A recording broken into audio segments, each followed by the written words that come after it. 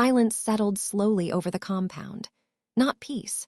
The kind that came after violence had already taken what it wanted and left everything else bleeding. The monitors still flickered, now showing different scenes. Still bodies sprawled in hallways, black-clad figures who would never move again. Smoke drifting through corridors like ghosts searching for exits. Lee moving through the aftermath, methodical, checking pulses that no longer beat, securing weapons, directing cleanup crews that appeared like shadows from the walls themselves. Inside the safe room, everything felt heavier, slower, real again. Her breathing hadn't steadied yet, not from fear, not entirely. What had just passed between them still lingered in the air. Thick, electric, unspoken but undeniable. He stood after a long moment, muscles moving beneath skin marked with her fingerprints, evidence she'd leave on him like he'd left on her. Composed again. Control restored like a mask sliding back into place. The lover becoming the predator, becoming the king of whatever kingdom this was. Open it. The door unlocked with a heavy click, mechanisms disengaging. Lee stepped in, boots crunching on debris tracked from outside, blood on his sleeve, not his. Gun still in hand, finger resting alongside the trigger guard, eyes scanning. Landing on her, taking in her disheveled clothes, her flushed skin. The way Kai stood between them like a wall. It's handled. A slight nod from Kai, enough, but Lee didn't leave. Instead, he stepped forward. Close enough that she could see the spatter on his tactical vest. The violence he'd dealt written on his clothes like a language she was learning to read. We got one alive. Everything shifted in an instant. The temperature in the room dropped. Where? Downstairs. A pause heavy with unspoken meaning. Lee's eyes flicked to her again, assessing, calculating. You should hear this. Her stomach tightened into a knot. Hear what? No answer. Kai's hand reached for her, fingers curling around her upper arm, certain, possessive. Come. Not a suggestion, not a request. A command. The mansion looked different now in the harsh fluorescent light of the lower levels, broken glass crunching underfoot. Blood smeared across pristine marble floors in dark streaks, modern art of a different kind. Smoke still hanging in the air, acrid and choking. She hesitated just for a second, feet stopping at the threshold of a world she wasn't sure she wanted to enter, then followed. There was no walking away now, no going back to the life she'd had before she found him bleeding on that street. They descended stairs she hadn't known existed, into a basement level that felt more like a bunker, more like a place where things happened that the world above never knew about. Concrete walls, steel doors. The smell of earth and something metallic, blood and fear and desperation. A large room at the end of a corridor, one man tied to a chair in the center, surrounded by nothing else. Bruised face swollen almost beyond recognition, barely conscious, head lolling. Lee stood beside him like a sentinel. Arms crossed. Kai stepped forward into the harsh overhead light, no anger on his face, no raised voice, just presence, the kind that made the air feel thinner, harder to breathe, the kind that made you understand why men followed him, feared him, died for him. Who sent you? The man hesitated, one eye swollen shut, the other wide with fear. A sharp strike from Lee, quick, efficient, brutal, a gasp of pain. I don't. Another hit, knuckles connecting with broken ribs. Reyes. The name hung in the air like a gunshot. She froze, blood turning to ice in her veins. Jose Reyes, he paid, he said. He said you wouldn't see it coming. The room went still, deathly still. The name didn't just land. It cut, slicing through her like a blade. What? Her voice didn't sound like hers. Thin, hollow. Distant. Kai turned slightly, eyes finding her in the shadows, but she wasn't looking at him. She was staring past everything, through everything, because she knew that name. Intimately, painfully. No, that's not. But it was Jose Reyes, the man who left her 6 months pregnant, the man who walked away while she was carrying his child, who ignored her calls, who disappeared like she'd never mattered. The man who never came back, not even when she lost the baby. He wanted her too, said if we found her, bring her, said she was. That did it. Everything about Kai shifted in an instant. Colder, sharper, lethal. Why? The word came out quiet, but it carried the weight of a death sentence. Didn't say, just said she mattered, said she. Another strike. This one hard enough to snap the man's head sideways. Silence, except for labored breathing. She stepped back slightly, hand finding the wall for support. Her world wasn't shifting anymore. It was breaking open, fault lines spreading in every direction. He left. No one responded, but everyone heard. He left me, he didn't care. Her voice caught, cracking, because this wasn't just about him anymore. It was about the child who never drew breath, the future that died on a hospital table. Kai moved then, crossing the distance between them in 3 strides. His hand came to her jaw, tilting her face toward him with firm but careful fingers, not soft, not cruel, certain. He does now. Her breath caught, trapped in her chest, because this wasn't reassurance, it was a warning. A promise, and that makes him a problem. Not just for Kai, for anyone who tried to take what he had already decided was his. And she was no longer outside of that line. She was the line, the weight lingered, heavy, her fingers still wrapped around herself like she hadn't fully returned from wherever the name Jose Reyes had sent her. Kai watched her, not just observing, studying, reading every micro-expression, every shift in her breathing. His hand remained at her back, warm, steady, not restraining, holding. He wasn't reacting. He was processing every word, every implication, every thread connecting her to this. Then, her phone buzzed. She'd forgotten she had it. Forgotten it existed in the chaos of guns and blood and revelations. Unknown number. I don't recognize it. A glance at Kai, a shift in his eyes. Answer it. Control, not hesitation, she answered slowly. Hello. Silence on the other end. Intentional, then. You still sound the same. Everything in her went still. The voice was older, rougher around the edges, but unmistakable. Jose. Kai's entire presence sharpened without moving, like a blade being drawn from a sheath. I was wondering how long it would take before I heard your voice again. No urgency in his tone, no apology, like nothing had changed, like years hadn't passed, like he hadn't abandoned her pregnant and alone. You don't get to call me. Her voice held, surprising herself. I figured you'd say that. A pause, but you answered. It landed, not because it mattered, but because he made it sound like it did. Kai stepped closer behind her, close enough to hear, close enough to feel her breathing shift. I heard what happened. A flicker in her eyes. Men in the house, hands on you. A pause. You always did fight back. Not concern, observation. Say what you called to say. I didn't think it would be you. A beat. What are you talking about? The one who pulled him off the ground. A pause. The one keeping him alive. Her grip on the phone tightened. Out of everyone in this city. A breath. It had to be you. You lost the right to talk to me about anything. I didn't lose anything. That hit harder than any regret would have. I made a choice. A pause, and I'd make it again. Cold, unapologetic, her expression shifted, not hurt, sharper. I heard about the baby. Everything tightened. Kai's hand found the back of her neck, steady, grounding. Don't. You think I didn't know. A pause. You think I didn't check. Every word deliberate. I know what you went through. No, you don't. Because if I stayed. A pause. They would have used you to get to me. That shifted something, not forgiveness, understanding, horrible, unwanted understanding. And the baby. She would have been a target the moment she was born. Silence heavy. So you left to protect us. I left because I wasn't ready to lose everything. Real, not clean. I'm coming for you. No drama in the words, just fact.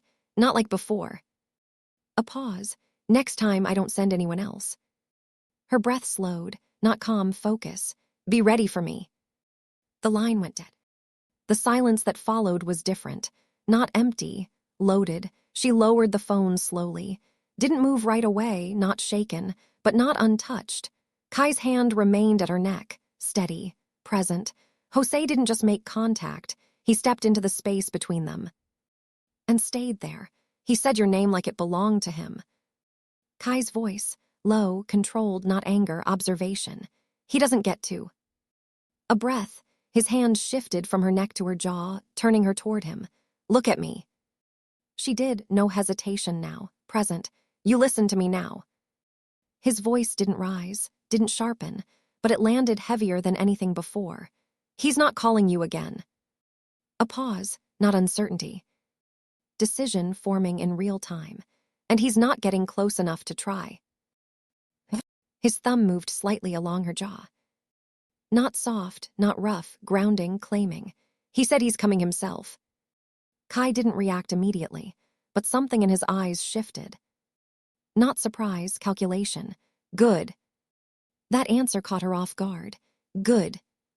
I'd rather see him. A beat, ends cleaner that way. There it was again. That part of him, the one that didn't hesitate, didn't question, but this time. She didn't step back from it. She held his gaze. He's not just coming for you. A pause. He's coming for me too. That landed, not because Kai didn't know, but because she said it, accepted it. His grip didn't tighten, didn't pull her closer, just stayed. I know. And for the first time. It didn't sound like he was dismissing her place in this. He was including her in it. That's why it ends now. His hand moved to her jaw, tilting her face up with firm fingers.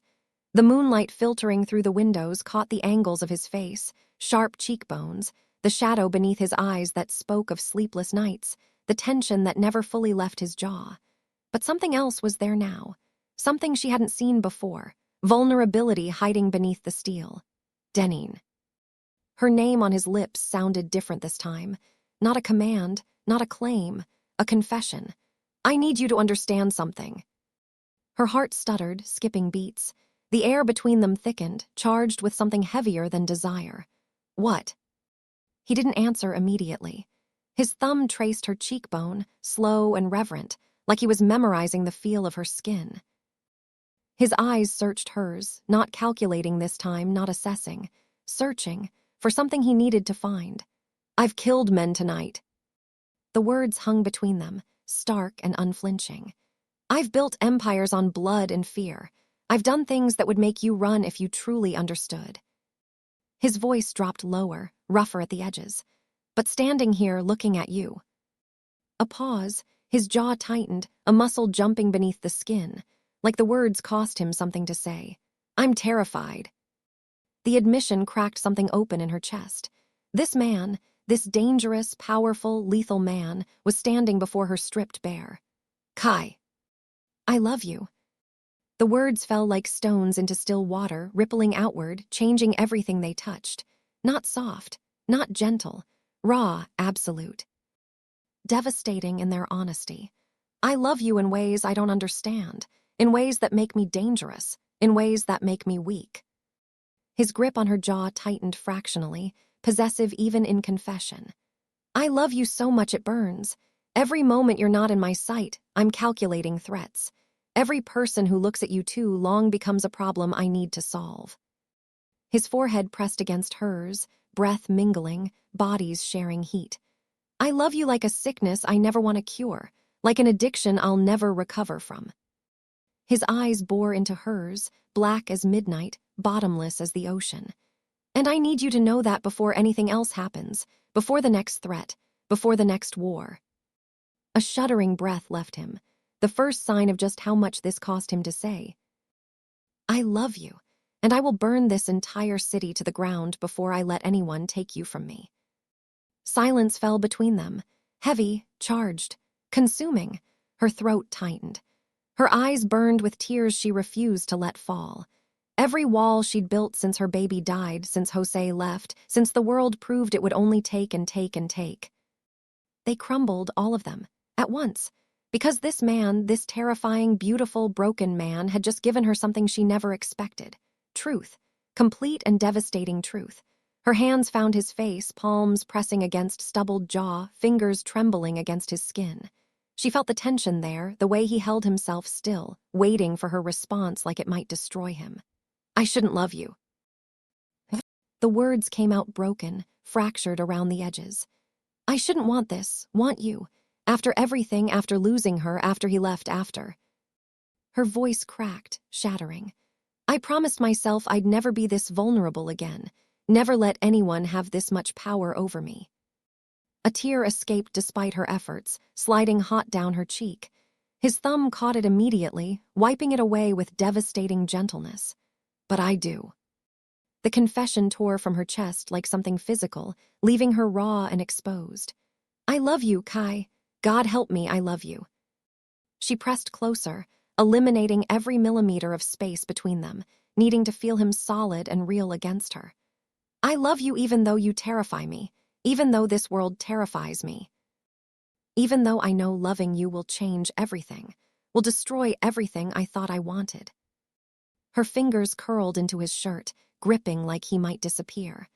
I love you in ways I didn't think I could anymore, in ways I thought died with her.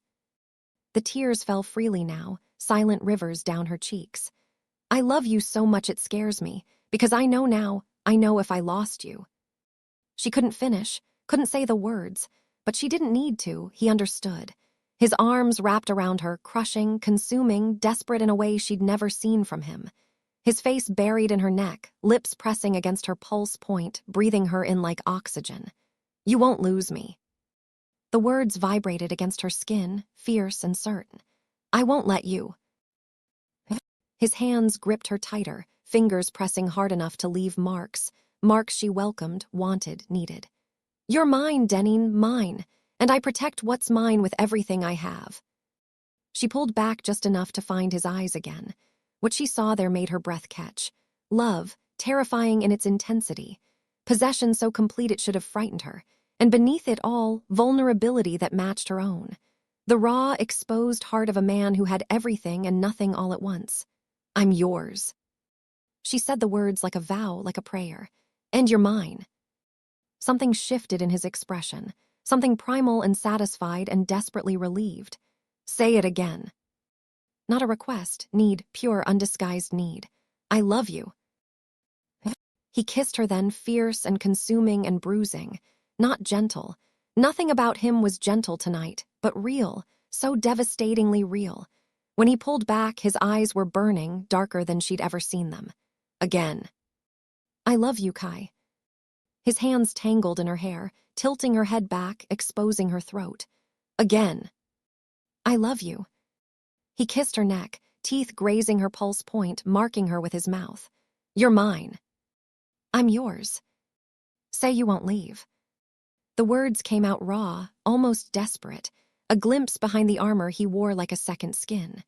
I won't leave. Her hands found his face again, forcing him to look at her. I won't leave you, Kai. I promise. I'm not going anywhere. Something in him broke, or maybe healed. She couldn't tell the difference. He pulled her against him so tightly she could barely breathe, and she didn't care. Didn't want air, only wanted this, only wanted him. I love you. He said it again, the words pressed into her hair. I love you. Into her temple. I love you. Against her lips, over and over like he needed to say it, needed her to hear it, needed to make up for all the years he'd never said it to anyone. She absorbed each one. Let them sink into her bones, fill the hollow places, heal the broken parts. I love you too. She whispered it back each time, matching his intensity, meeting his need with her own. I love you. I love you. I love you. Until the words blurred together into something beyond language, beyond meaning, into truth, pure and absolute. Later, when their bodies were tangled together, sweat cooling on skin, heart still pounding from what they'd shared. He held her differently, not just possessive, protective, desperate, like she might dissolve into nothing if he let go. I've never said that to anyone. His voice came quiet in the darkness, rough with something she'd never heard before, vulnerability. Never meant it, never felt it. His hand traced her spine, slow and reverent. Until you. She shifted closer, pressing her ear against his chest, listening to his heartbeat.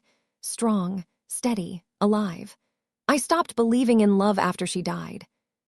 The admission came quietly, carried on the darkness. After Jose left while I was still bleeding from losing her. After the hospital room went quiet, and they took her away, and I never even. Her voice broke. His arms tightened around her, pulling her impossibly closer. I never got to hold her, not really, not while she was alive. And I thought that was it, that I'd never feel anything again, that I didn't want to feel anything again. A shuddering breath. Then I found you bleeding on that street, and everything changed. Silence settled between them, not empty, full of everything said and unsaid. I'll never leave you. His voice came fierce in the quiet, a vow carved in stone. And I'll never let anyone take you from me. She lifted her head to find his eyes in the darkness. I know. Say it again. The need in his voice made her chest ache. I love you, Kai Park. She kissed him softly, so different from before, tender where it had been desperate. I'm yours, only yours, and you're mine. His hand cupped her face, thumb tracing her lips. Only yours. The words came quiet but absolute. A promise. A binding. Something neither of them could take back, and neither of them wanted to. 2 weeks passed like water through fingers. No gunfire shattering windows. No chaos erupting in hallways. No bodies bleeding out on marble floors. Just silence, but it wasn't peace. It was control. The kind that came from absolute power, from fear so deep it didn't need to be spoken. During the day, he disappeared into his world, into the machine he commanded. Phones pressed to his ear, voice low and dangerous. Meetings in rooms she wasn't invited to, with men whose faces never changed expression. Lee always nearby like a shadow, anticipating needs before they were voiced. Voices low and precise, discussing things in Korean she couldn't understand but felt in her bones. No wasted movement, no wasted words, no mercy. She learned quickly not to interrupt, not to ask questions, not because anyone told her. Because she understood instinctively.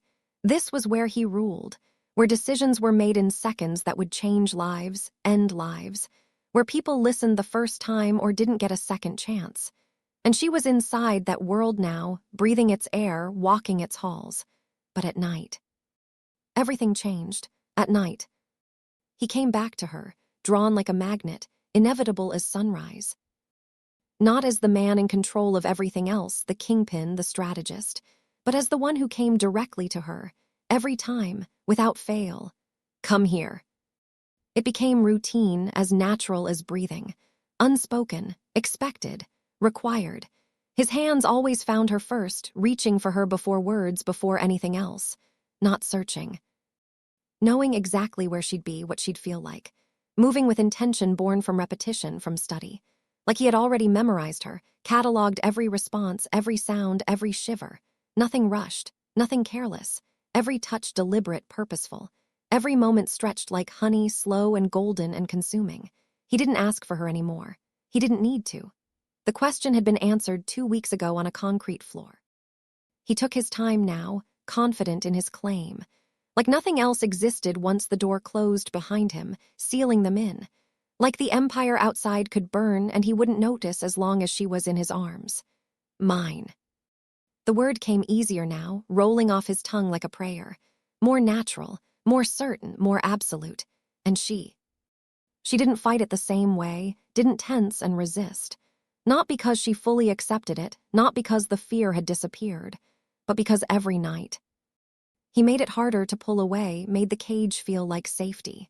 Harder to remember distance, to recall what independence felt like. Harder to separate herself from him, to know where she ended and he began. His touch rewrote her, night after night, until she forgot what it felt like to sleep alone.